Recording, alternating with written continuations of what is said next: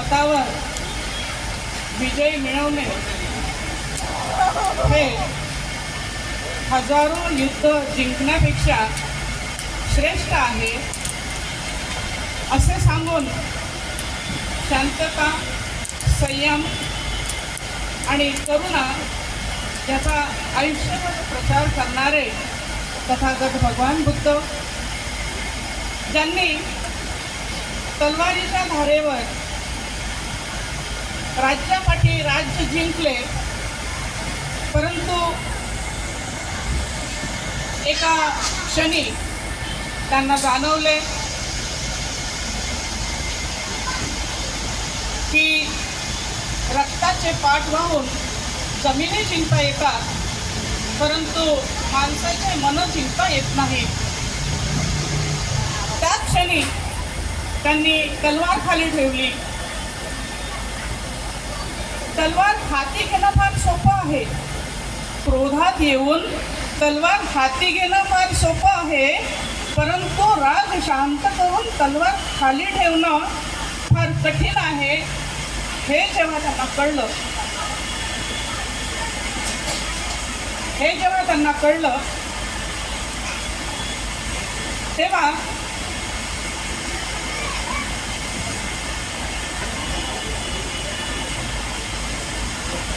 ते बुद्धाच्या धम्माला शरण गेले. असे देवाना पियदस्सी सम्राट अशोक, ज्यांनी गुलामगिरीच्या अंधारात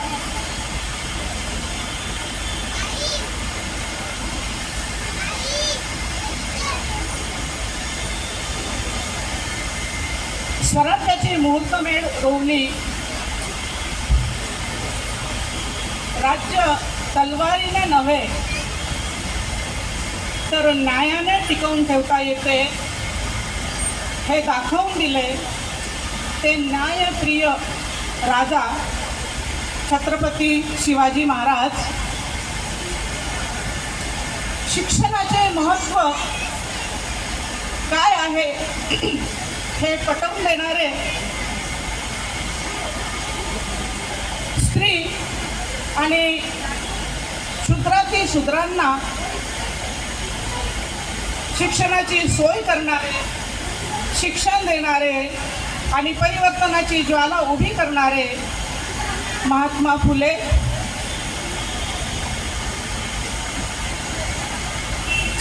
ज्यांनी महात्मा फुले यांच्या खांद्याला खांदा लावून स्त्रियांसाठी शाळा उघडल्या, स्त्रियांना शिक्षण देण्याची जबाबदारी स्वीकारली. हे करताना अनंत यातना सहन केल्या त्या सावित्रीमाई,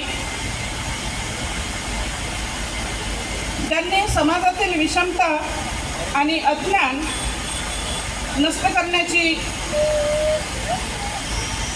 प्रेरणा घेतली.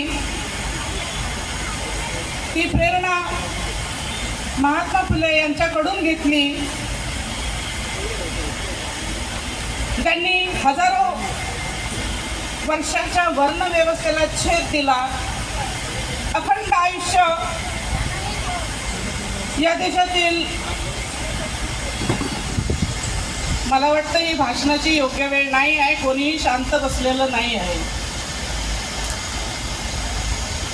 जर तुम्ही शांत नसाल तर मी डिस्टर्ब होते. मी बसू का बाजूला जाऊन? तर ज्यांनी या देशातील हजारो वर्षाच्या गुलामगिरीला नष्ट करण्यासाठी थेट आव्हान दिले, या देशातील वर्णव्यवस्था खोडून काढण्यासाठी जन्मभर संघर्ष केला, ते महामानव डॉक्टर बाबासाहेब आंबेडकर. आणि होय, डॉक्टर बाबासाहेब आंबेडकर हे करू शकले कारण त्यांच्यासोबत एका स्त्रीचा जबरदस्त पाठिंबा होता. ते विलायतेला राहून अभ्यास करू शकले, विलायत येऊन आल्यावर चळवळी करू शकले. त्या स्त्रीने काहीही कुरकुर केली नाही. घरात अन्न नाही की मुलांच्या तब्येती खराब आहे, मुलांना गमावले. सहनशीलतेची परिसीमा अशी ती रमाई ह्या सर्व महामानवांना आणि महामातांना सर्वप्रथम वंदन करते. आज 14 एप्रिल डॉक्टर बाबासाहेब आंबेडकरांची 135वी जयंती साजरी करण्यासाठी आपण इथे एकत्र झालेलो आहोत. डॉक्टर बाबासाहेब आंबेडकरांच्या जयंती निमित्ताने आपण येथे प्रियदर्शी सम्राट अशोक,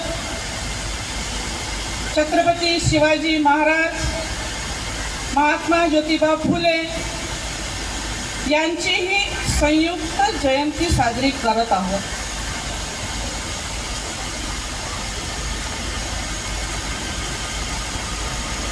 आज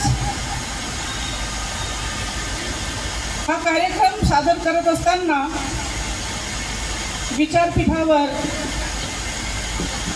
अत्यंत कमी उपस्थिती दिसत आहे. तरीही विचारपीठावरील मान्यवर आमच्या प्रतीक्षाताई, चिरणकरताई,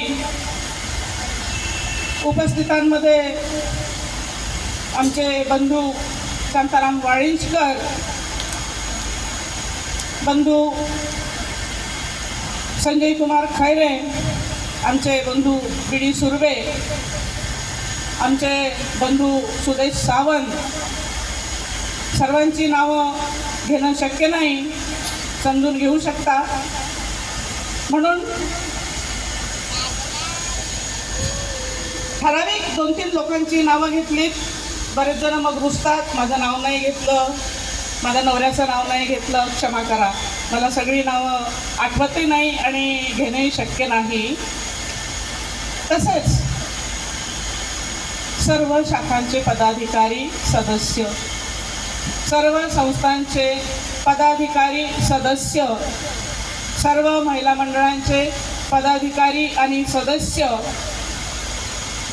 आणि उपस्थित सर्व बालक आणि माझे प्रिय बंधू आणि भगिनी, माझा जय भीम स्वीकार करा. जय भीम. आजचा दिवस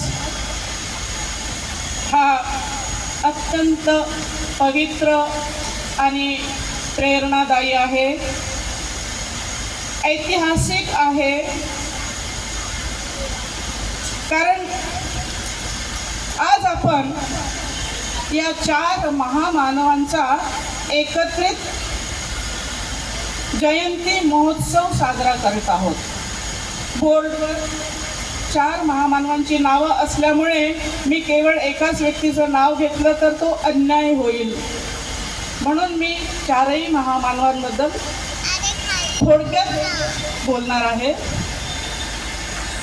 तर हा दिवस जो आहे तो ऐतिहासिक आणि महत्त्वपूर्ण असा आहे कारण या 4ही महामानवांनी एकत्र येऊन जरी कार्य केले नसले तरी भारतीय समाजाच्या इतिहासाला एक वेगळी दिशा दिली. केवळ भारतीय समाजाच्या इतिहासालाच नाही तर संपूर्ण जगाच्या इतिहासाला वेगळी दिशा दिली.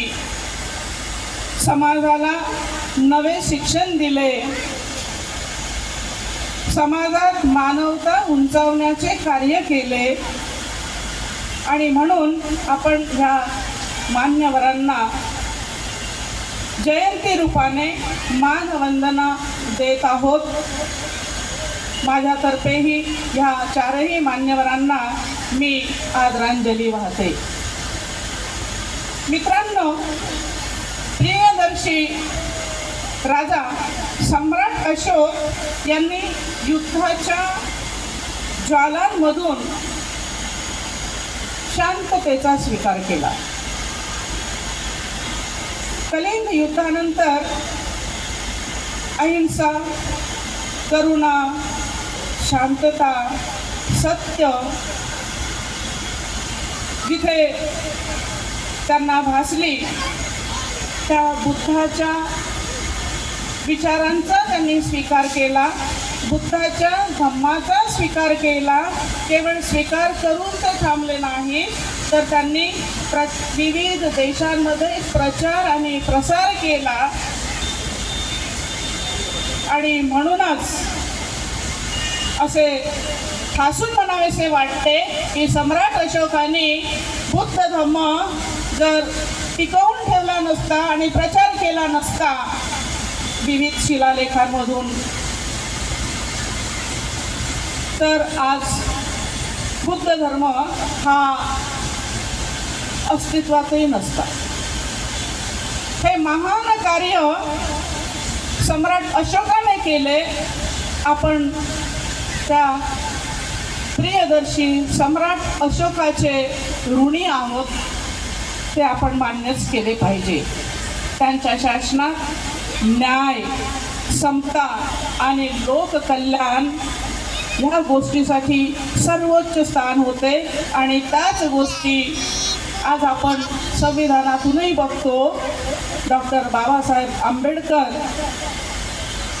ज्यांच्या प्रमुख जयंतीनिमित्त आपण आहोत, त्यांनी सुद्धा हे तत्व आपल्या संविधानातून आपल्याला दिलेले आहेत, ते आपण स्वीकारलेले आहे, हेही विसरता येत नाही.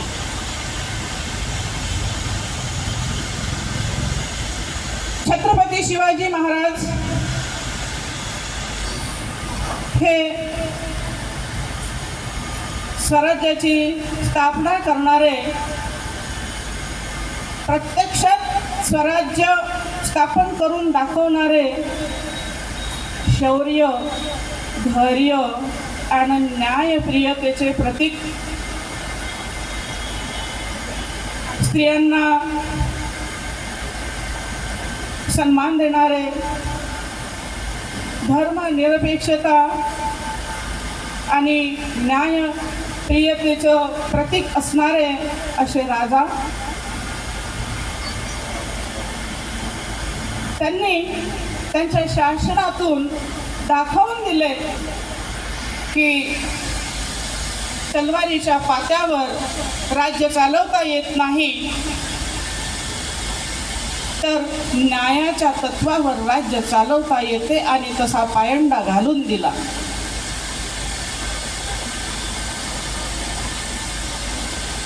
आपण सगळे महात्मा ज्योतिबा फुल्यांबद्दल ऐकूनच आहात, वाचून आहात. परंतु महात्मा ज्योतिबा फुले यांना डॉक्टर बाबासाहेब आंबेडकरांनी गुरु मानले होते. डॉक्टर बाबासाहेब आंबेडकरांना महात्मा फुलेंच्या कार्यामध्ये परिवर्तनाची दिशा मिळाली. शिक्षणाची मुहूर्तमेढ, स्त्री आणि मागासवर्गीयांच्या शिक्षणाची मुहूर्तमेढ ही महात्मा ज्योतिराव फुले यांनी रोवली. आणि त्याच शिक्षणाच्या बळावर डॉक्टर बाबासाहेब आंबेडकर पुढे पुढे पुढे गेले.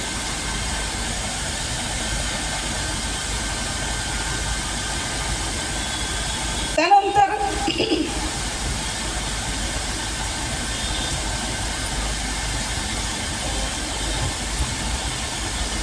आपले लाडके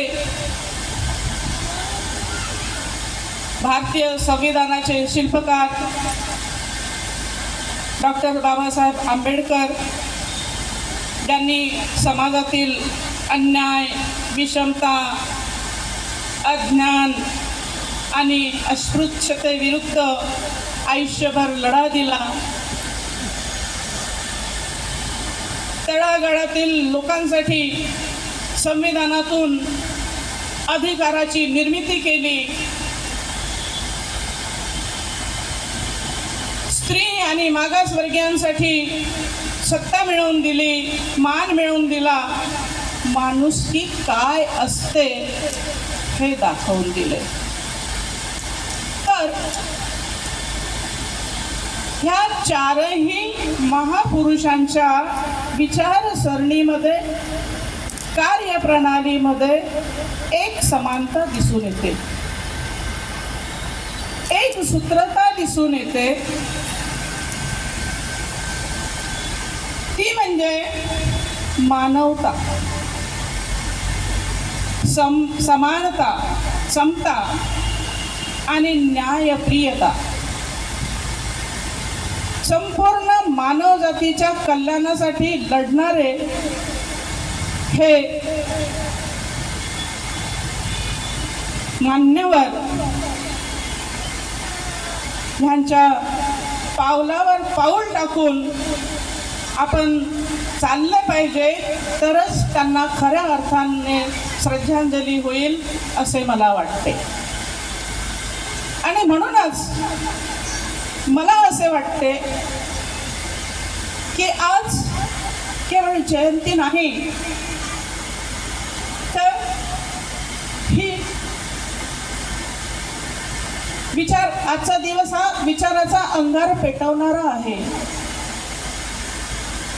जे या थोर मान्यवरांनी आपल्याला विचार दिले, त्या विचारांना परत आठवण्याचा दिवस आहे.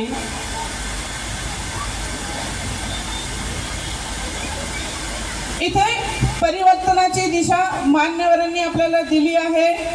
ती परिवर्तनाची दिशा नुसतीच परिवर्तनाची न राहता ती एक ज्वाला बनायला पाहिजे. संघर्षाचा यज्ञ व्हायला हवा. आणि तरच आजही जे प्रश्न उपस्थित आहे आपल्यामध्ये, आपल्या समाजामध्ये, इतरत्र, त्याला आपण आळा घालू शकू असे मला आजच्या ह्या प्रसंगी वाटते.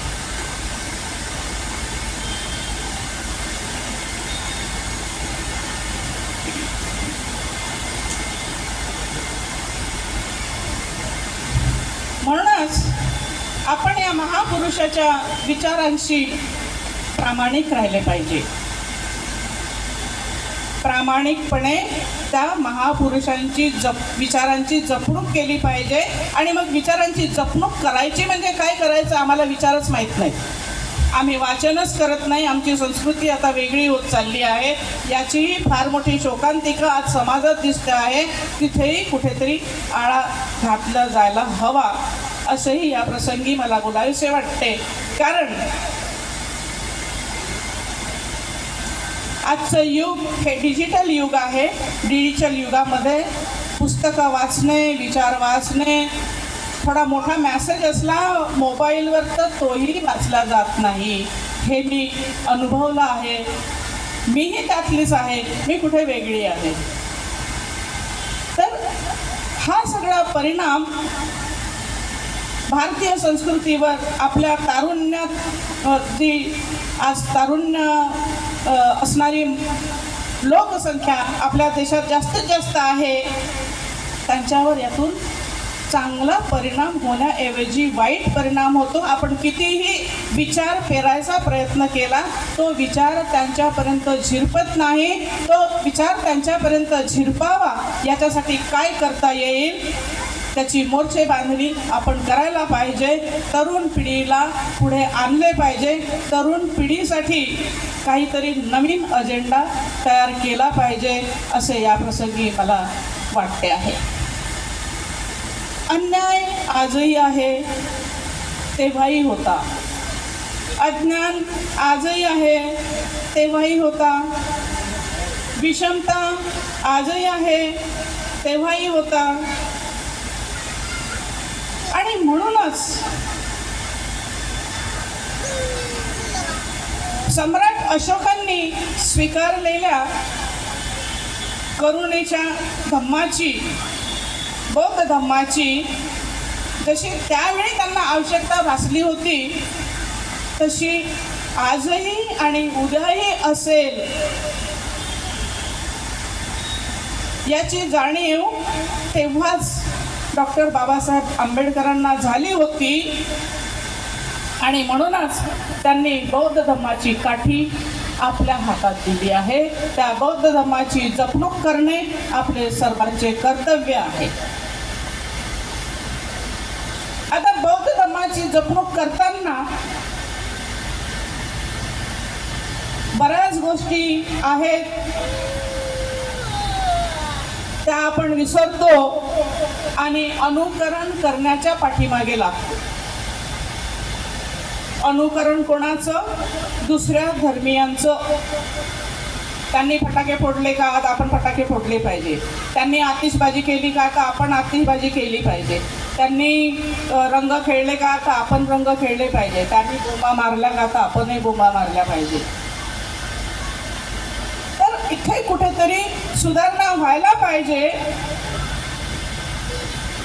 आज मी बघते विविध समारंभांमध्ये, लग्न कार्यांमध्ये जी फटाक्यांची आतिषबाजी होते त्या आतिषबाजीमध्ये एक मोठी लायब्ररी उभी होऊ शकते. तो खर्च तिकडे न होता हजारो रुपयाचे पुस्तकं आपण विकत घेऊ शकतो.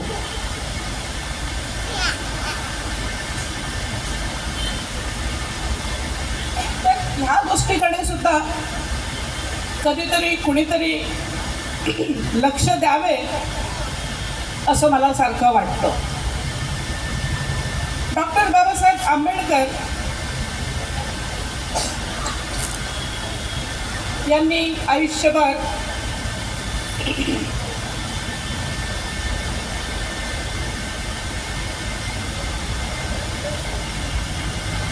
भारतीय समाजातील विषमतेविरुद्ध लढा उभारला. ते वर्णव्यवस्थेविरुद्ध लढा उभारणारे फार मोठे क्रांतिकारक होते. त्यांनी आयुष्यात ही वर्णव्यवस्था दूर करण्यासाठी जेवढे लढे उभारले त्याहीपेक्षा कितीतरी जास्त महिलांच्या हक्कासाठी आणि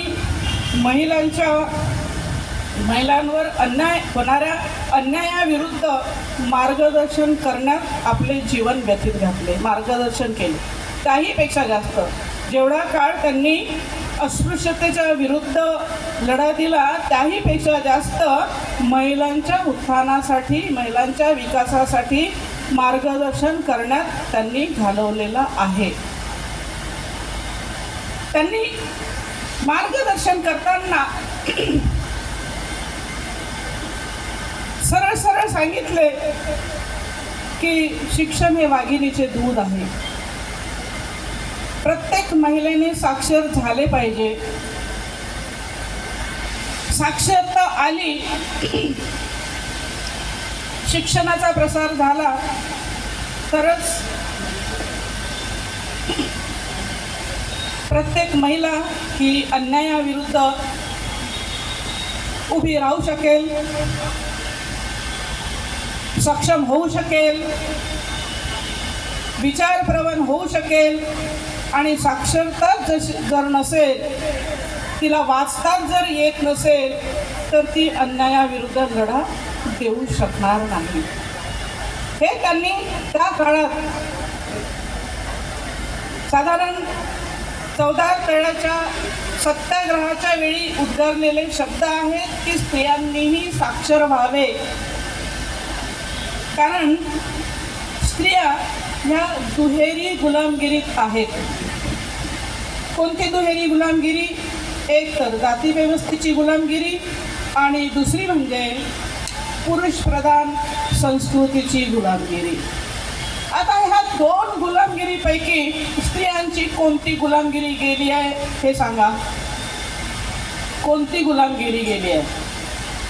जातीय गुलामगिरी तर कमी झालेली दिसते, परंतु पुरुष प्रधान व्यवस्थेतून जी गुलामगिरी आहे ती अजूनही आहे, अजूनही अत्याचारिता आहे, अजूनही अन्याय होतो आहे, अजूनही विविध घरांमध्ये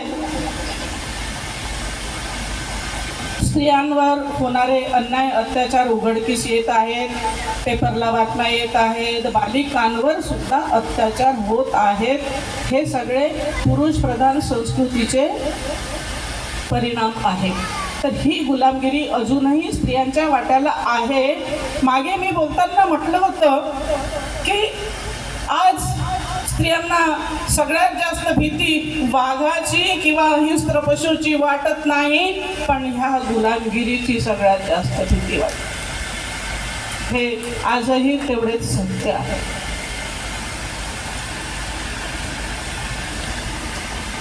महिलांनी केवळ चूल आणि मूल एवढे करूनच थांबू नये, तर पुरुषांच्या खांद्याला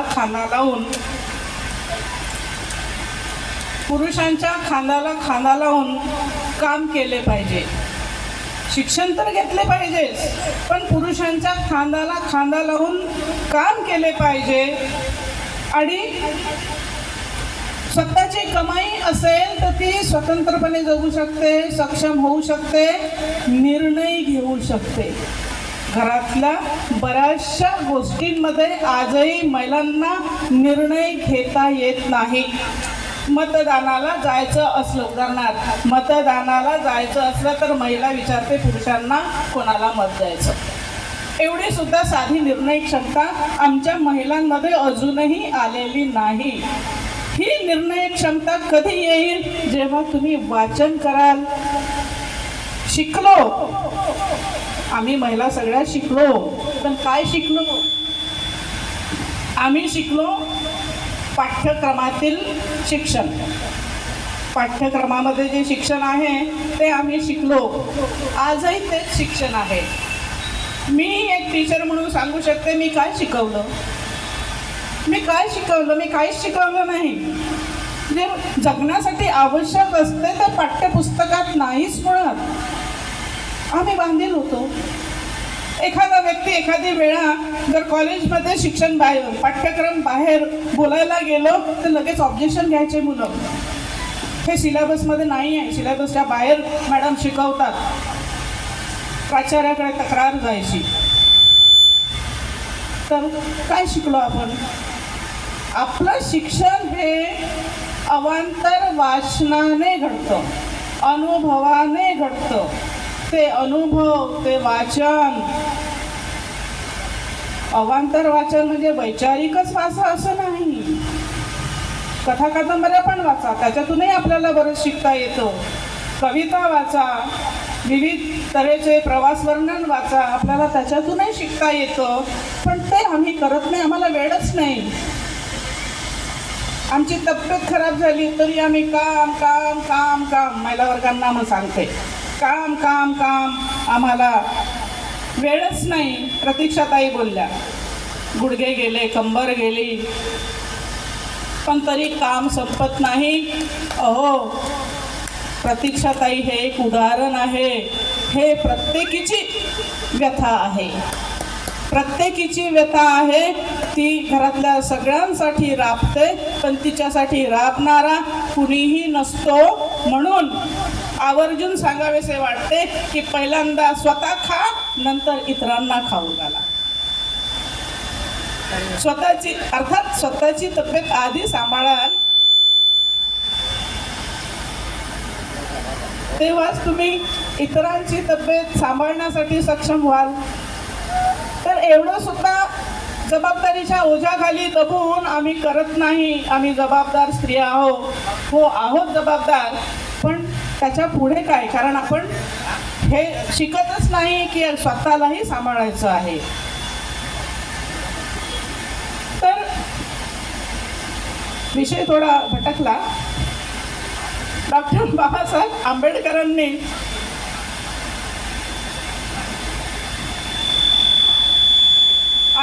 सुधारणा घडवून आणल्या. बालविवाह, सतीप्रथा, देवदासी प्रथा या अनिष्ट रूढी परंपरा नष्ट करण्यासाठी त्यांनी अखंड परिश्रम घेतले. त्यांच्या सन्मानासाठी लढे उभारले. महिलांना समाजात बरोबरीचे स्थान मिळावे यासाठी त्यांनी हिंदू कोड बिल आणले. होय, हिंदू कोड बिल. काय होते बरं Hindu code bill? Hindu code bill हा डॉक्टर बाबासाहेब आंबेडकरांच्या जीवनातील स्त्रियांच्या हक्कांसाठी असणारा सर्वात मोठा लढा होता. या लढ्यासाठी त्यांनी त्यांच्या आयुष्यातली 4 वर्ष घालवले. 4 वर्ष अभ्यास केला आणि बिल तयार केले. त्यात मुलींना वडिलांच्या किंवा पतीच्या संपत्तीत वारसा हक्क मिळवून देण्यासाठी, त्यात पतीकडून जर छळ होत असेल तर घटस्फोट देण्याचा अधिकार, किंवा घरातील लग्नानंतर जर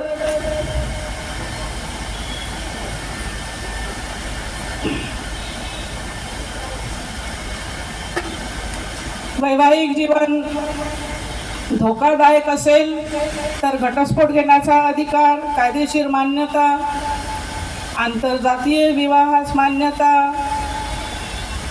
आणि इतरही अनेक असे महिलांसाठीचे कायदे त्यात बनवले. हे बिल इतके क्रांतिकारक होते की जसेही डॉक्टर बाबासाहेब आंबेडकरांनी हे बिल संसदेत मांडले, सनातनी लोकांनी त्यांना प्रचंड विरोध केला. अक्षरशः ब्राह्मणी स्त्रियांनी सुद्धा या बिलाच्या विरोधात उठाव केला, विरोध केला, मोर्चे काढले. काही ब्राह्मणी स्त्रिया तर डायरेक्ट डॉक्टर बाबासाहेब आंबेडकरांकडे गेल्या आणि त्यांना म्हणाल्या की हे बिल तुम्ही मांडू नका, रद्द करा. तेव्हा बाबासाहेबांनी त्यांना विचारले, तुम्ही वाचले का ते बिल? तर म्हणाला नाही, आमच्या नवऱ्यांनी आम्हाला पाठवलं म्हणून आम्ही आलो. इतकी पारतंत्रता, स्वतः वाचायचं नाही आणि नवरा म्हणते त्याप्रमाणे वागायचं. वागायला हरकत नाही, पण जे चांगलं असेल तिथे वागा. आणि वाचल्याशिवाय का विश्वास ठेवायचा? सत्यता जाणायचीच नाही. परंतु बाबासाहेब आंबेडकरांनी ठामपणे उत्तर दिलं की स्त्रियांना समान हक्क दिल्याशिवाय समाजाची प्रगती होऊच शकत नाही. जोपर्यंत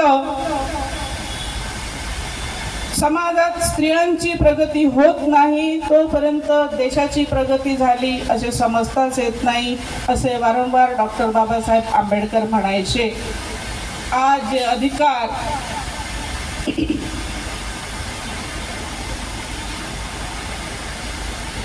आपल्याला सहज मिळतात, स्त्रियांना पुरुषांनाही आज जे अधिकार आपल्याला सहज मिळतात, त्यामागे कोण उभे आहे?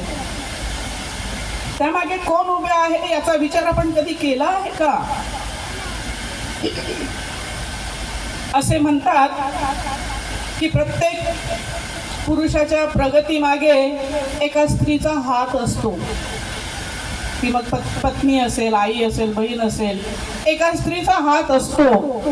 परंतु भारतीय समाजातील स्त्रियांच्या प्रगतीमागे मात्र एका श्रेष्ठ पुरुषाचा हात आहे, तो म्हणजे डॉक्टर बाबासाहेब आंबेडकरांचा.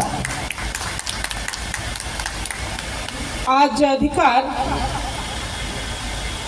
सहज मिळतात त्यामागे बाबासाहेब आंबेडकरांची दूरदृष्टी आहे. भरपगारी मातृत्वाची रजा मिळते कामाला जाणाऱ्या स्त्रियांना. महिलांना कामाच्या ठिकाणी सुरक्षितता मिळते, आरोग्य सुविधा आहे, रोजगाराची हमी आहे. तर हे सगळं कशामुळे प्राप्त झालं? तर त्या श्रेष्ठ पुरुषाच्या प्रयत्नामुळे प्राप्त झालं. त्यांनी बालविवाह पद्धती नष्ट केली, त्यांनी बहुपत्नीत्व विरोधी कायदे केले. पत्नीत्व सगळ्यांना माहीत आहे, पूर्वी एकापेक्षा अनेक पत्नी सवत घरात यायची. ती आज आणली तर कायदेशीर आपण तिला विरोध करू शकतो. तर ती प्रथा त्यांनी बंद केली. अन्यायाविरुद्ध कठोर आवाज उठवला पाहिजे ह्यासाठी त्यांनी बऱ्याच चळवळी केल्या.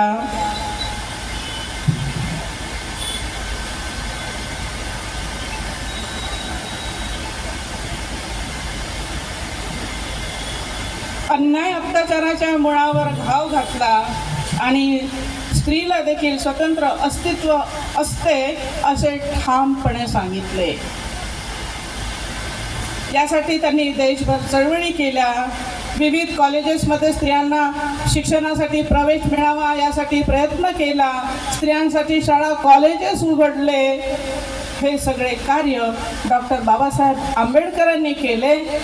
एवढे करूनही अनेक ठिकाणी अजूनही स्त्रिया ह्या शिक्षित झालेल्या नाही. शहरी भागात शिक्षित झालेल्या जरी दिसत असल्या तरी ग्रामीण भागात ही संख्या अतिशय अल्प आहे. ही मात्र शोकांतिका आहे. स्त्री ही फक्त घराची जबाबदारी घेणारी नाही, तर ती समाजाची आणि देशाची शक्ती आहे असे बाबासाहेब वारंवार म्हणत. कारण जे कार्य पुरुष करू शकत नाही ते कार्य स्त्री करू शकतात, स्त्रिया करू शकतात. ह्या विचारावर डॉक्टर बाबासाहेब आंबेडकरांचा ठाम विश्वास होता. स्त्रियांवर ठाम विश्वास असणारा हा एकमेव नेता होता. त्यांचेच नाव डॉक्टर बाबासाहेब आंबेडकर असे आहे. बाबासाहेबांनी न्याय, समानता आणि स्वाभिमान स्त्रियांच्या हातात ठेवलेला आहे. ही फार मोठी देणगी आहे. तो अलंकार आहे. तो अलंकार स्त्रियांनी जपून ठेवला पाहिजे आणि उत्तरोत्तर त्याचे संवर्धन केले पाहिजे आणि पुढच्या पिढीपर्यंत प्रसारित केला पाहिजे. म्हणूनच स्वतंत्र भारताच्या संपूर्ण स्त्रियांच्या प्रगतीमागे एकाच महापुरुषाचा हात आहे. तो म्हणजे फक्त आणि फक्त बोधिसत्व डॉक्टर बाबासाहेब आंबेडकरांचंच. महान सत्याग्रहाच्या दरम्यान हा सत्याग्रह होता 1927चा. 1927ला आता येणाऱ्या 27ला 100 वर्ष होतील. तर 100 वर्षापूर्वी डॉक्टर बाबासाहेबांनी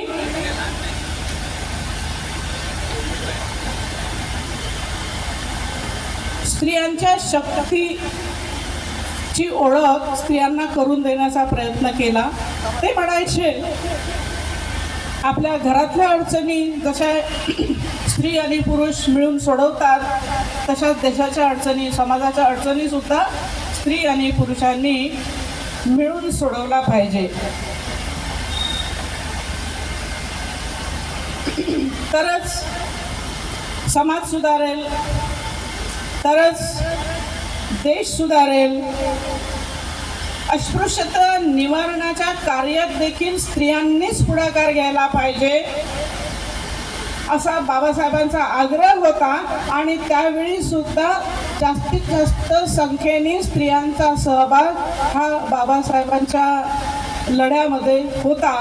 हे सुद्धा नाकारता येत नाही. आजही आमच्या स्त्रिया ह्या अत्यंत हुशार, अत्यंत चाणाक्ष आहेत. त्यांनीही जिथे कुठे समाजामध्ये गरज असते तिथे पुढाकार घ्यावा. आजही इथे स्त्रियांची संख्या जास्त आहे, पुरुषांची संख्या कमी आहे. कारण मार्गदर्शन स्त्रियांसाठी आहे असं बऱ्याच जणांना वाटलं असावं, म्हणून पुरुषांची संख्या कमी आहे. तर बाबासाहेबांनी तेव्हा स्त्रियांच्या पेहरावाबद्दल, स्त्रियांच्या वागणुकीबद्दल सुद्धा मार्गदर्शन केलेलं आहे. एवढा विश्वास डॉक्टर बाबासाहेब आंबेडकर जेव्हा स्त्रियांवर टाकतात,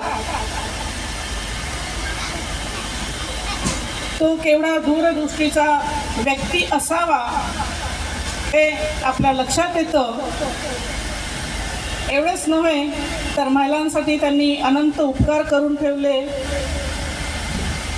हिंदू कोड बिल संमत होत नाही असे जेव्हा त्यांच्या लक्षात आले तेव्हा त्यांनी मंत्रिपदाचा राजीनामा दिला. आपल्या मंत्रिपदाचा राजीनामा देणारा हा एकमेव नेता भारतात होऊन गेला. त्याचेच नाव डॉक्टर बाबासाहेब आंबेडकर असे आहे. आज तर कितीही तुम्ही आरोप करा एखाद्या मंत्र्यावर, तर तो राजीनामा काय खुर्ची सोडायला तयार नाही, असे चित्र आहे. तर अशा रीतीने स्त्रियांवर डॉक्टर बाबासाहेब आंबेडकरांनी प्रचंड असा विश्वास ठेवला. त्यांच्या हाती धम्माची काठी दिली. समानता, न्याय आणि विश्वासाची दोरी त्यांच्या हाती दिली. तर त्यांनी त्यांचे संवर्धन केले पाहिजे, धम्माचे संवर्धन केले पाहिजे, असे ह्या प्रसंगी मला फार आवर्जून सांगावेसे वाटते. आपण अनुकरण प्रिय न राहता जे योग्य आहे त्याकडे आवर्जून लक्ष दिले पाहिजे. तरच खऱ्या अर्थाने डॉक्टर बाबासाहेब आंबेडकरांना आणि तसेच चारही मान्यवरांना खरोखरची आदरांजली ठरेल असे मला आवर्जून सांगावेसे वाटते. जेव्हा धम्माचे पालन करायची वेळ येते, धम्म हा फक्त 5 शिलामध्ये संवर्धित आहे. समाजात असे दिसून येते की या 5 शिलापैकीही आम्ही शील पाळू शकत नाही.